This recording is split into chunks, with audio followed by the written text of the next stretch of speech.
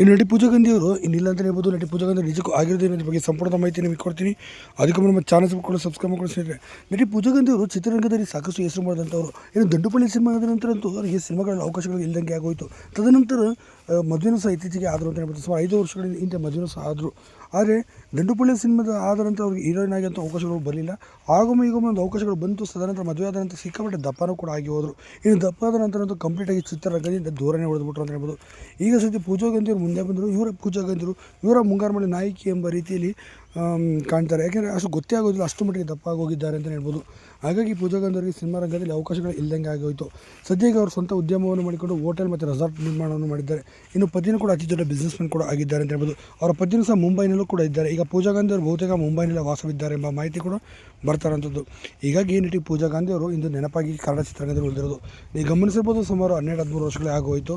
Dandupalya tour ಸಿನಿಮಾನೇ ಕೊನೆಯ ಸಿನಿಮಾನೂ ಕೂಡ ಆಗೋಯಿತು ಅಂತ ಹೇಳ್ಬೋದು. ಆಗ ನೀವೇನಂತಾರೆ ದಯವಿಟ್ಟು